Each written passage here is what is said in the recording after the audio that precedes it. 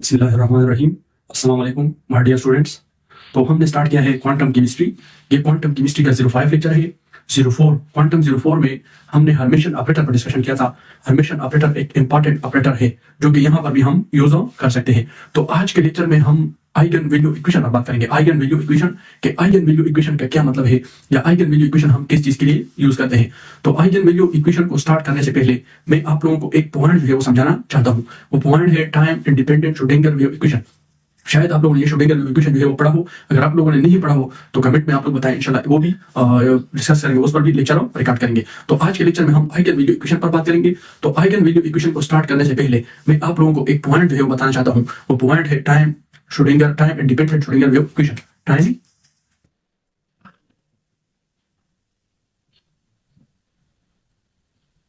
Time independent Schrodinger wave equation. तो ये time independent Schrodinger equation, time independent Schrodinger equation के start लेके मैं आप लोगों को यहाँ तक जो है पहुंचाऊंगा। तो टाइम इंडिपेंडेंट श्रोडिंगर इक्वेशन जो है वो हमारे पास है H operator psi is equal to E psi. ये हमारे पास है time independent Schrodinger wave equation. Time independent Schrodinger wave equation. तो यहाँ पर ये जो है ये हमारे पास है हैमिल्टोनियन ऑपरेटर। ठीक है,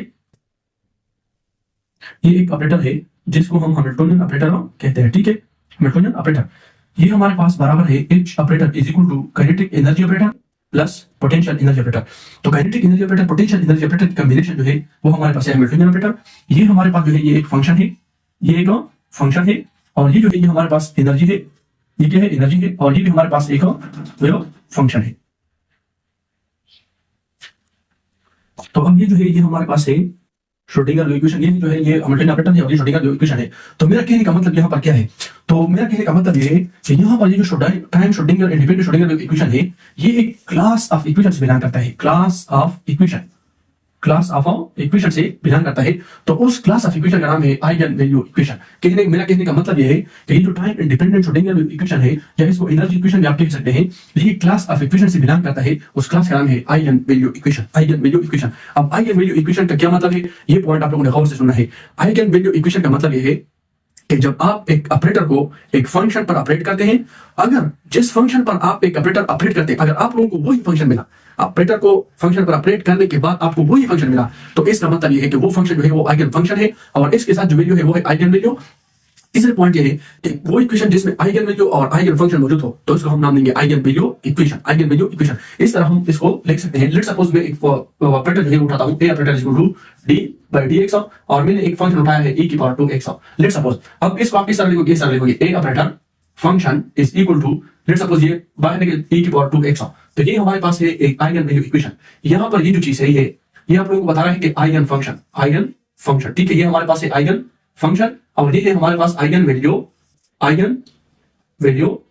ठीक है, और ये हमारे पास है फंक्शन, और यहाँ पर ये हमारे पास है ऑपरेटर। ये हमारे पास है ऑपरेटर।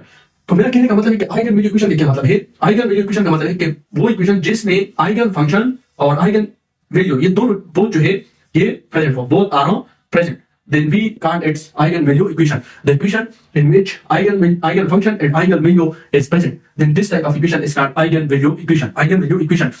तो आप किस तरह एक फंक्शन को eigenvalue equation फॉलो करता है कि नहीं, जब इस फंक्शन पर आप एक ऑपरेटर जो है ऑपरेट करते हो, तो ऑपरेटर को ऑपरेट करने के बाद अगर आप लोगों को वही फंक्शन मिल रहा है, मतलब फंक्शन की जो आइडेंटिटी है, जो शनाख्त है, वो चेंज नहीं हो गया है, तो इसका मतलब है कि eigenvalue equation को फॉलो करता है। तो अब हम एग्जांपल से इस चीज को थोड़ा समझाते हैं कि आइगन वैल्यू इक्वेशन का क्या मतलब है। लेट्स सपोज फर्स्ट एग्जांपल जो है मैं उठाता हूं, लेट्स सपोज मैंने एक ऑपरेटर लिया है a d बाय dx, और मैंने फंक्शन लिया है कि e की पावर 2x। अब मैं देखता हूं कि आया ये फंक्शन जो है ये आइगन वैल्यू इक्वेशन फॉलो करता है कि नहीं। अगर इस ऑपरेटर को मैं इस फंक्शन पर ऑपरेट कर लूं, तो अगर मुझे ये फंक्शन मिला तो इसका मतलब कि आइगन वैल्यू इक्वेशन फॉलो करता है। अगर मुझे ये फंक्शन नहीं मिला तो इसका मतलब कि आइगन वैल्यू इक्वेशन फॉलो नहीं करता है। तो अब इसको देखो, d बाय dx, ऑपरेटर क्या है d बाय dx, फंक्शन क्या है e की पावर 2x। तो यहाँ पर 2 कांस्टेंट है तो 2 बाहर निकला जाएगा। ठीक है, तो ये आ जाएगा e की पावर 2x। अब देखो ये आइगन वैल्यू इक्वेशन फॉलो करता है कि नहीं, फॉलो करता है, क्योंकि जो फंक्शन मैंने पहले उठाया था वही फंक्शन मुझे मिला है। तो इस फंक्शन को हम नाम देंगे आइगन फंक्शन। और ये जो वैल्यू मिल रही है ये वैल्यू, इसको हम नाम देंगे आइगन वैल्यू। ठीक है, दूसरा एग्जांपल जो है मैं वो आप लोगों को उठा रहा हूं, आप लोगों को एग्जांपल समझा रहा हूं कि आइगन वैल्यू इक्वेशन का क्या मतलब है। तो दूसरे एग्जांपल को देखो अभी।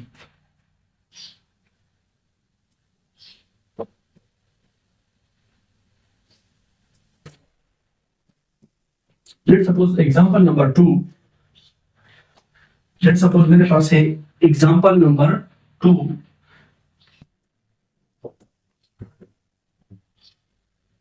लेट्स सपोज मेरे पास है function D square by d x square, और मेरे पास फंक्शन जो है वो है 2e की पावर 2x। लेट्स सपोज ये है d बाय dx, अब मैं देखता हूँ कि आया ये फंक्शन जो है आइगन वैल्यू इक्वेशन फॉलो करता है कि नहीं। तो मैं इस ऑपरेटर को इस फंक्शन पर ऑपरेट करूंगा। तो ऑपरेटर मेरे पास क्या है d बाय dx, फंक्शन मेरे पास क्या है 2e की पावर 2x। अब देखो इस फंक्शन को मैं इस ऑपरेटर को मैं इस फंक्शन पर ऑपरेट करता हूं तो ये बाहर निकल जाएगा 2 मल्टीप्लाइड बाय 2e की पावर 2x। अब देखो कि ये फंक्शन जो है, ये जो मुझे फंक्शन मिला है ये वाला, आप देखो कि ये फंक्शन मुझे मिला है कि नहीं मिला है। हाँ, मुझे वही फंक्शन मिला है। जो फंक्शन मैंने उठाया था वही फंक्शन मुझे मिला है ऑपरेटर को फंक्शन पर ऑपरेट करने के बाद। तो इस फंक्शन को हम नाम देंगे आइगन फंक्शन, इसका नाम है आइगन फंक्शन, और इसका नाम है आइगन वैल्यू। ठीक है, तो इस दोनों को कंबाइन करके इससे जो मुझे मिल रहा है वो है आइगन वैल्यू इक्वेशन। तीसरे एग्जांपल को देखो, third number example. Let's suppose मैं थर्ड नंबर एग्जांपल जो है, मैं एक ऑपरेटर उठाता हूं A operator is equal to d square by d square, और मैं फंक्शन ले रहा हूं a sin 2x। अब मैं देखता हूं कि आया ये जो ऑपरेटर है, ये जो फंक्शन है, ये आइगन वैल्यू इक्वेशन को फॉलो करता है कि नहीं। तो मैं इस ऑपरेटर को इस फंक्शन पर ऑपरेट करूंगा। A operator psi is equal to, इसको देखो ए ऑपरेटर क्या है हमारे पास d square by d x square A sine 2x। तो मेरे डबल डेरिवेटिव है तो d by d x A sine 2x। पहले मैंने ये इस पर अप्लाई करना है। तो d बाय डी एक्स, जब मैं साइन, ये कांस्टेंट है 2, तो ये 2 बाहर निकला जाएगा। ठीक है, ये कांस्टेंट है। जब मैं साइन का डेरिवेटिव लूंगा तो वो कांस्ट हो जाएगा, तो a cos 2x। ठीक है, अब दोबारा डेरिवेटिव ले लो, तो दोबारा डेरिवेटिव लेंगे तो ये 2 बाहर निकला जाएगा, तो 2 मल्टीप्लाइड बाय 2। जब आप cos का डेरिवेटिव लेते हो, derivative of cos is minus sine x, तो ये आ जाएगा minus a sine x minus a sine 2x। ठीक है, अब देखो 2 मल्टीप्लाइड बाय 2 4 माइनस है, तो माइनस 4 a साइन 2x। अब देखो कि ये आइगन वैल्यू इक्वेशन को फॉलो करता है कि नहीं। हाँ, आइगन वैल्यू इक्वेशन को फॉलो करता है, क्योंकि इस फंक्शन ने अपनी जो आइडेंटिटी थी, पहले जो इस फंक्शन की आइडेंटिटी थी, उसने अपनी आइडेंटिटी जो है वो लूज नहीं की है। तो इसको हम नाम देंगे आइगन फंक्शन, और ये जो 4 मुझे मिला है इसको हम नाम देंगे आइगन वैल्यू। ठीक है, ये तो जनरल एग्जांपल थे कि 2e की power 2x a sin 2x। अब हम क्वांटम केमिस्ट्री में जो हम ऑपरेटर इस्तेमाल कर रहे हैं, जो कंसेप्ट इस्तेमाल है, वो अब देखते हैं। फोर्थ नंबर एग्जांपल जो है, लेट्स सपोज मैं काइनेटिक एनर्जी ऑपरेटर बनाता हूं। लेट्स सपोज मैंने काइनेटिक एनर्जी ऑपरेटर जो है उठाया हुआ है। तो हमारे पास एनर्जी काइनेटिक जो ऑपरेटर है, अगर आप लोगों को एनर्जी काइनेटिक एनर्जी की जो ऑपरेटर है, आप लोगों को वहां पर इसमें मुश्किलात है, तो आप मेरे जो लेक्चर है क्वांटम केमिस्ट्री की 2-3 जो है वो आप बिल्कुल देख लें, तो वहां से आप ऑपरेटर कंसेप्ट क्लियर कर सकते हैं। मतलब वो वहां पर आपका अपना ऑपरेटर कंसेप्ट जो है वो डेवलप कर सकते हैं। तो काइनेटिक एनर्जी का ऑपरेटर जो है वो हमारे पास है minus h cut square divided by 2m d square by d x square. ठीक है, ये हमारे पास है kinetic energy operator. Let's suppose मैं फंक्शन जो है वो उठा रहा हूं 1D बॉक्स वाला। 1D बॉक्स के लिए श्रोडिंगर जो इक्वेशन है, उसमें जो हमारे पास 1D बॉक्स है, 1D बॉक्स के लिए जो फंक्शन है वो हमारे पास है 2/L sin n pi x by l। ठीक है, 1D बॉक्स के लिए हमारे पास जो फंक्शन है वो है 2/L sin n pi x by l। ये किस तरह आया है 1D बॉक्स के लिए, जो फंक्शन आया है ये किस तरह आया है, इंशाल्लाह मैं इस पर आप लोगों के लिए एक लेक्चर रिकॉर्ड करूंगा। इसकी डेरिवेशन जो है वो मैं आप लोगों के लिए बताऊंगा कि किस तरह डेराइव हो गया है। तो अब हम इस ऑपरेटर को इस फंक्शन पर ऑपरेट करेंगे और हम यहां पर देखेंगे कि आया ये जो फंक्शन है ये आइगन इक्वेशन फॉलो करता है कि नहीं। तो सबसे पहले मैंने आप फंक्शन लिखना है ऑपरेटर फिर फंक्शन। तो ऑपरेटर क्या है, minus h cut square divided by 2m d square by d x square. Function क्या है 2/l sine n pi x by n। ठीक है, इस ऑपरेटर को मैंने इस फंक्शन पर ऑपरेट करना है। तो kinetic energy operator psi is equal to minus h cut square divided by 2m। अब देखो ये मेरे पास कांस्टेंट है, ये बाहर निकल जाएगा। ठीक है, multiplied by 2/l d by d x, double derivative है तो डी बाय डी एक्स यहां पर क्या बाकी है sine n pi x by n। ठीक है, n pi x by n। अब देखो minus h cut square divided by 2m, 2/l अपनी जगह लिखो 2/l, ये अपनी जगह लिखो d बाई डी एक्स और ये यहां पर जो है ऑपरेट करो। तो जब मैं साइन x का डेरिवेटिव लेता हूं तो ये मुझे आता है cos x। यहां पर ये जो है n पाई बाई n ये हमारे पास क्या है कांस्टेंट है, ये क्या है कांस्टेंट है। तो मैं ये जो है बाहर निकलवाता हूं n पाई बाई l, ये बाहर है। अगर आप साइन का डेरिवेटिव लेता हो तो वो cos हो जाएगा, cos n pi by l x, n pi by l x। अब दोबारा इसका आप लोगों ने डेरिवेटिव लेना है तो minus h cut square divided by 2m 2/l D by d x. अब इसका दोबारा आप लोगों ने डेरिवेटिव लेना है। जब मैं cos का दोबारा डेरिवेटिव लेता हूं तो ये साइन आता है। अब जब आप इसका डेरिवेटिव लेते हो cos का तो ये फिर जो है कांस्टेंट है, ये फिर जो है बाहर निकल आएगा। तो ये मल्टीप्लाइड बाय n, जब n पाई बाई l है और ये भी n पाई बाई l है, ये मल्टीप्लिकेशन में है तो ये आ जाएगा n square pi square divided bye l square.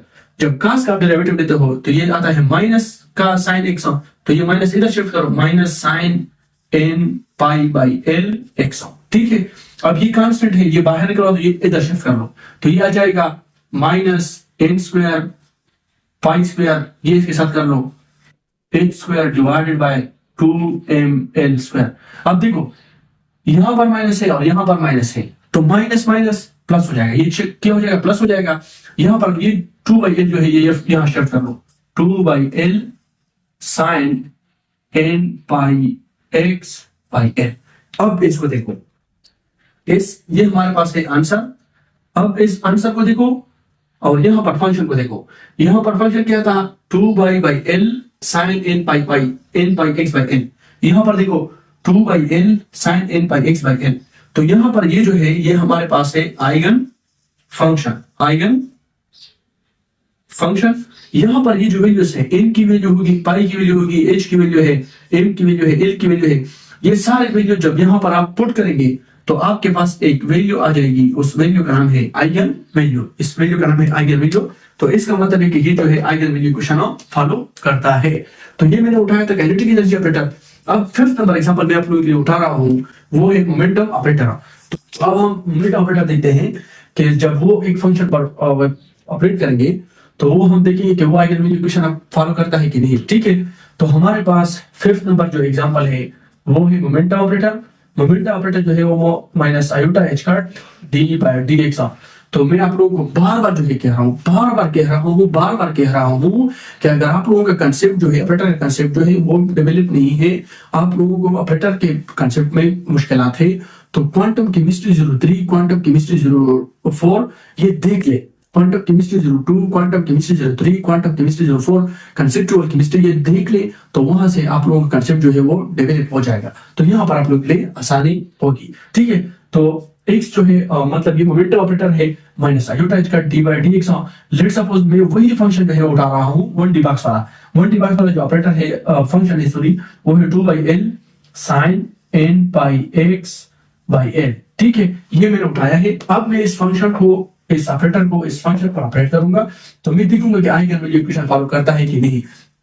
अब देखो minus iota h cut d by d x 2/l sine n pi x by l। ठीक है, माइनस आयोटा एच कट को देखो, माइनस आयोटा एच कट ये अपनी जगह लिखो, 2/l कांस्टेंट है ये भी बाहर निकालो, तो एल मैंने बाहर निकाल दिया है, d by d x sine n pi x by L, ठीक है, minus iota h cut 2 by l, तो एल साइन का क्या है, यहाँ पर ये चीज फिर कांस्टेंट है, यहाँ पर ये चीज फिर कांस्टेंट है, तो ये बाहर निकालेगा एन पाई बाई एल, तो यहाँ पर ये आ जाएगा एन पाई बाई एल, क्योंकि ये कांस्टेंट है। अगर आप साइन का डेरिवेटिव लेते हो तो ये आता है cos n pi x by L, ठीक है, ये इधर शिफ्ट कर लो, minus iota h cut n pi by L, ठीक है, एन पाई बाई एल, ये उधर शिफ्ट हो जाएगा 2 by l cos n pi x by L.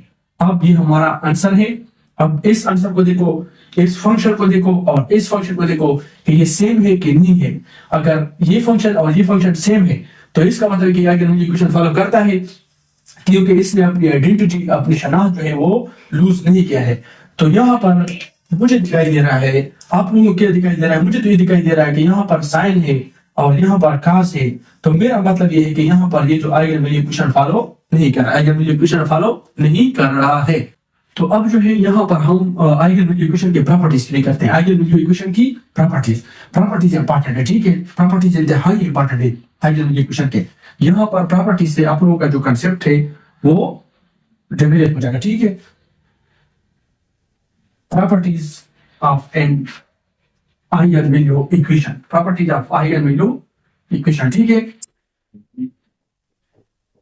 Properties of eigen value equation.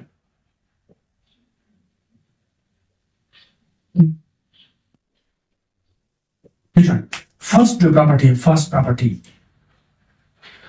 Property ये है कि जब आइगन वैल्यू इक्वेशन जो है, आइगन वैल्यू इक्वेशन, जब आप एक ऑपरेटर को एक फंक्शन पर ऑपरेट करते हो, एक ऑपरेटर को एक फंक्शन पर ऑपरेट करते हो, तो जरूरी नहीं है कि वो आइगन वैल्यू इक्वेशन आपको ही देगा। लेट सपोज, इसका क्या मतलब है, लेट सपोज मैंने एक ऑपरेटर उठाया हुआ है, A operator d by d x, और फंक्शन जो मैंने उठाया हुआ है लेट सपोज वो है sine a x, sine a x. अब देखो साइन ए एक्स, ये हमारे पास एक फंक्शन है, इस फंक्शन को मैं लिखता हूं यहां, और ये फंक्शन ऑपरेटर जो है इस पर ऑपरेट करता हूं d by d x sine a x. तो डी बाई साइन का डेरिवेटिव क्या है, cos है, तो ये cos ए एक्स आ जाएगा। तो अब मुझे बताओ कि ये आइगन वैल्यू इक्वेशन फॉलो करता है कि नहीं फॉलो करता। तो फर्स्ट प्रॉपर्टी ये है कि जब आप एक ऑपरेटर को एक फंक्शन पर ऑपरेट करते हो तो जरूरी नहीं है कि वो आपको आइगन वैल्यू इक्वेशन ही देगा, आइगन वैल्यू इक्वेशन ही देगा। दूसरा जो पॉइंट है, दूसरी प्रॉपर्टी ये है कि जब आप एक ऑपरेटर को एक फंक्शन पर ऑपरेट करते हो, अगर एक ऑपरेटर के साथ एक वैल्यू आप लगाते हो तो वो आइगन वैल्यू को इफेक्ट करती है, वो आइगन वैल्यू को इफेक्ट करते हैं। अगर आप एक वैल्यू को, एक कांस्टेंट वैल्यू को एक ऑपरेटर के साथ लगाते हो तो वो आइगन वैल्यू इफेक्ट करती है। अगर आप एक वैल्यू जो है, कांस्टेंट वैल्यू जो है वो फंक्शन के साथ करते हो तो वो आइगन वैल्यू इफेक्ट नहीं करते, वो आइगन वैल्यू इफेक्ट नहीं करते। किस तरह, मैं आप लोगों को अभी एग्जांपल समझाता हूँ। तो मैंने क्या बताया, मैंने आप लोगों को ये बताया कि लेट सपोज आपके पास एक कांस्टेंट है, वो कांस्टेंट जो है वो आप फंक्शन के साथ लगाते हो, किस चीज के साथ, फंक्शन के साथ। तो ये आइगन वैल्यू जो है, आइगन वैल्यू ये इफेक्ट नहीं करते, डज नॉट इफेक्ट। तो मेरा कहने का मतलब ये है कि अगर आप एक कांस्टेंट को एक फंक्शन के साथ लगाते हो तो वो आइगन वैल्यू जो है वो इफेक्ट नहीं करते। अगर आप एक कांस्टेंट को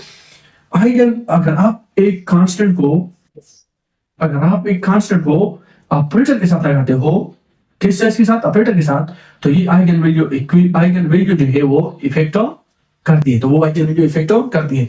किस तरह, लेट्स सपोज मैंने एक फंक्शन लिया है डी बाई डी एक्स, और यहाँ पर मैंने फंक्शन लिया है e की पावर 2x, और यहाँ पर मैंने इस फंक्शन के साथ, अगर आप एक कांस्टेंट को एक फंक्शन के साथ लिखते हो, लेट्स सपोज मैंने यहाँ पर लिखा है 5, तो इधर देखो ये ऑपरेटर जब मैं इस फंक्शन पर ऑपरेट करूंगा तो ये मुझे देता है 5 मल्टीप्लाइड बाय 2 e की पावर 2x। अब देखो ये हमारे पास क्या है, आइगन वैल्यू, तो आइगन वैल्यू जो है वो इफेक्ट नहीं हुई है, ठीक है। अगर इस ऑपरेटर के साथ मैं लिखता हूं 5 d by d x, let suppose मैंने एक कांस्टेंट को ऑपरेटर के साथ लिखा है और यहाँ पर मैंने लिखा है 2x, तो ये जो है अब इफेक्ट करता है, आइगन वैल्यू इफेक्ट करता है, ठीक है। तो यहाँ पर ये जो आइगन वैल्यू है वो 2 है, यहाँ पर मैंने एक कांस्टेंट जो है ऑपरेटर के साथ ऐड किया है, तो ये मुझे देता है 5 मल्टीप्लाइड बाय 2 10e⁻²x।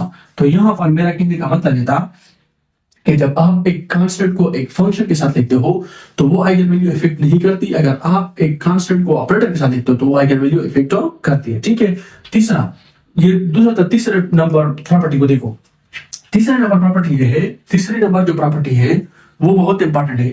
कहते हैं कि अगर आप लेट सपोज एक ऑपरेटर है ए और दूसरा ऑपरेटर है बी, लेट सपोज कहते हैं कि अगर एक ऑपरेटर है ए दूसरा ऑपरेटर है बी, लेट सपोज अगर ये दो ऑपरेटर जो है ये आपस में कंप्यूट करते हैं, तो अब आप देखेंगे कि हमें किस तरह पता चलेगा कि ये दो ऑपरेटर आपस में कंप्यूट करते हैं कि नहीं, ये कम्यूटेटर्स है कि नहीं है।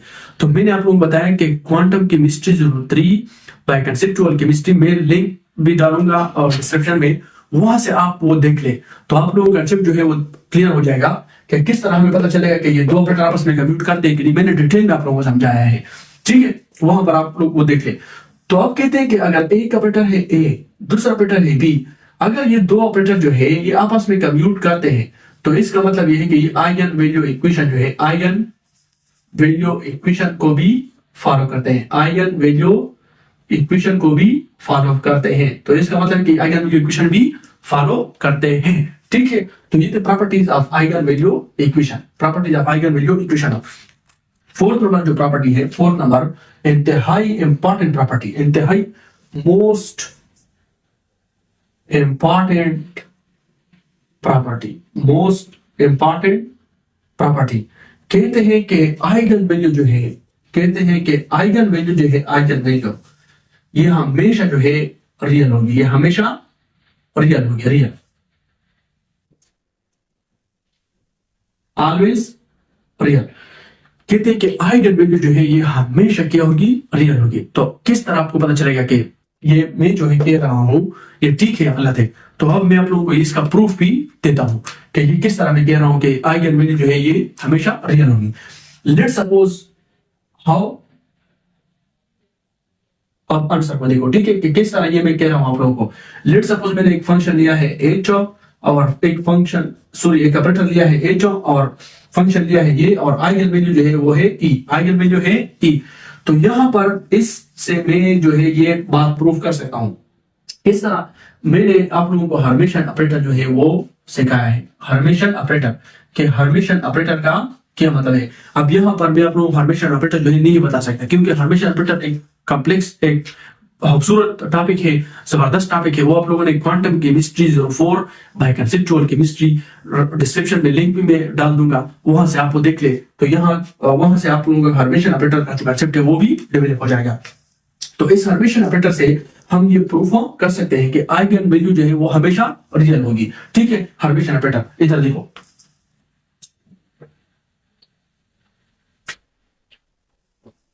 तो वहां पर देखो हमारे पास क्या है, एच ऑपरेटर है, एच ऑपरेटर है, और फिर क्या है, फंक्शन ये है, और एनर्जी ये है, ये आइगन एनर्जी है। तो अब आप लोगों ने ये इस तरह लिखना है कि इंटीग्रेशन, क्या integration Sai H operator Sai star, ठीक है, डीटा डीटा। मैंने आप लोगों को ये बहुत डिटेल में समझाया है, हर्मिशन ऑपरेटर वाला टॉपिक जो है वो वहां से आप देख सकते हैं, ठीक है। यहाँ पर इंटीग्रेशन, इंटीग्रेशन क्या है, यहाँ पर हमारे पास ये आप लोगों ने पोजीशन चेंज करना है, psi star H operator psi d tau, बस सिर्फ आप लोगों ने साई स्टार और साई का जो पोजीशन है वो चेंज करना है। अब आप लोग देखो ये जो है ये हमारे पास है साई, एच ऑपरेटर की जगह मैं लिखता हूं ई, ठीक है। यहां पर ये है साई स्टार डीटा डीटा। तो ये देखो यहां पर हमारे पास है साई स्टार ई स्टार साई डीटा, ई साई डीटा। तो अब देखो यहां पर ये कांस्टेंट है, ये सारे के सारे जो है इक्वल है, तो ये मैं बाहर निकलवाता हूं साई साई स्टार। तो यहां पर देखो ये मैं ई जो है ये बाहर निकलवाता हूं ई साई साई स्टार डीटा, ई स्टार साई स्टार डीटा। तो अब देखो ये मैं लेता हूं ई माइनस ई साई स्टार, ठीक है। यहाँ पर मैं लिखता हूँ Sai star Sai minus Sai Sai star, ठीक है, डेल्टा इज इक्वल टू 0। ये मैंने इधर शिफ्ट किया है, तो ये कैंसल और ये भी कैंसल, ठीक है। तो इससे आता है 0, इससे आता है 0। तो यहाँ पर ये जो है ये पॉसिबल नहीं है, ये पॉसिबल नहीं है। किस तरह पॉसिबल नहीं है? इस तरह पॉसिबल नहीं है। अगर आप इलेक्ट्रॉन की एनर्जी जो है फाइंड करना चाहते हो, अगर आप इलेक्ट्रॉन की प्रोबेबिलिटी फाइंड करना चाहते हो, क्या फाइंड करना चाहते हो? प्रोबेबिलिटी। मतलब आप देखते हो कि इलेक्ट्रॉन कहां पर मौजूद है, तो वहां पर इलेक्ट्रॉन की एनर्जी जो है ये 0 नहीं होना चाहिए। इसका मतलब ये है कि अगर आप इलेक्ट्रॉन की प्रोबेबिलिटी फाइंड करना चाहते हो तो वहां पर ये पॉसिबल नहीं है कि आप लोगों के लिए जो इलेक्ट्रॉन की जो एनर्जी है वो क्या हो? 0 हो। तो इसलिए मैंने ये बात यहाँ पर लिखी थी कि आइगन वैल्यू हमेशा क्या होती है? रियल वैल्यू होती है, हमेशा रियल वैल्यू होती है। तो अब इसका मतलब ये कि अगर इलेक्ट्रॉन के लिए एनर्जी क्या हो? 0 हो, इलेक्ट्रॉन की एनर्जी क्या हो? 0 हो, तो हम किस तरह प्रोबेबिलिटी जो है फाइंड आउट करेंगे? तो मैंने इसलिए यहाँ पर लिखा था कि आइगन वैल्यू जो है ये हमारे पास क्या होती है? ऑलवेज रियल होती है, ऑलवेज रियल होती है। तो पहले पॉइंट पे आइगन वैल्यू इक्वेशन के तो आइगन वैल्यू इक्वेशन जो है इसके प्रॉपर्टीज, फर्स्ट प्रॉपर्टी में मैंने आप लोगों को बताया था कि ये जरूरी नहीं है कि आइगन वैल्यू इक्वेशन आप लोगों को हमेशा आइगन वैल्यू देंगे। तो किस तरह हम ये प्रॉब्लम जो है सॉल्व करेंगे कि आइगन वैल्यू इक्वेशन जो है ये हमेशा हमारे लिए आइगन वैल्यू जो है नहीं देती। तो हम किस तरह ये प्रॉब्लम सॉल्व करेंगे? इस प्रॉब्लम को सॉल्व करने के लिए हमारे पास है नेक्स्ट टॉपिक एक्सपेक्टेशन वैल्यू या एवरेज वैल्यू। अब हम एक्सपेक्टेशन वैल्यू या एवरेज वैल्यू जो है वो अप्लाई करेंगे, वो वाला कंसेप्ट जो है अप्लाई करेंगे और एक eigen value, real eigen value जो है वो डिराइव करेंगे, ठीक है। तो नेक्स्ट लेक्चर में इंशाल्लाह एक्सपेक्टेशन वैल्यू या एवरेज वैल्यू पर बात करेंगे। तो ये था आज का लेक्चर आइगन वैल्यू इक्वेशन। यहाँ पर अगर आप लोगों को कोई प्रॉब्लम्स हो या कोई शक हो या किसी भी पॉइंट पर आप लोगों को समझ नहीं आया हो तो कमेंट में आप पूछ सकते हैं, कमेंट में इंशाल्लाह आप लोगों को जवाब दूंगा, ठीक है। अच्छा, तो एक पॉइंट ये है कि यहाँ पर मैं आप लोगों को एक पेज देता हूँ, आप लोगों ने ये खुद सॉल्व करना है, इस पर ट्राई करनी है। लेट्स सपोज एक ऑपरेटर है a d/dx और मैंने आप लोगों को फंक्शन दिया है e की पावर 2x e की पावर 5x और दूसरा क्वेश्चन है कि लेट्स सपोज मेरे पास है b ऑपरेटर d²/dx² और फंक्शन है हमारे पास फंक्शन है हमारे पास b cos ax। तो ये दो क्वेश्चन है, ये आप लोगों ने खुद सॉल्व करने हैं। ये आप लोगों ने देखना है कि आया ये आइगन वैल्यू इक्वेशन को फॉलो करता है कि नहीं फॉलो करता। तो ये आप लोगों ने खुद करने। तो इंशाल्लाह नेक्स्ट वीडियो में मुलाकात करेंगे आइगन एक्सपेक्टेशन वैल्यू या एवरेज वैल्यू पर बात होगी, वो हम उस पर डिस्कशन करेंगे। Thank you, Allah Hafiz.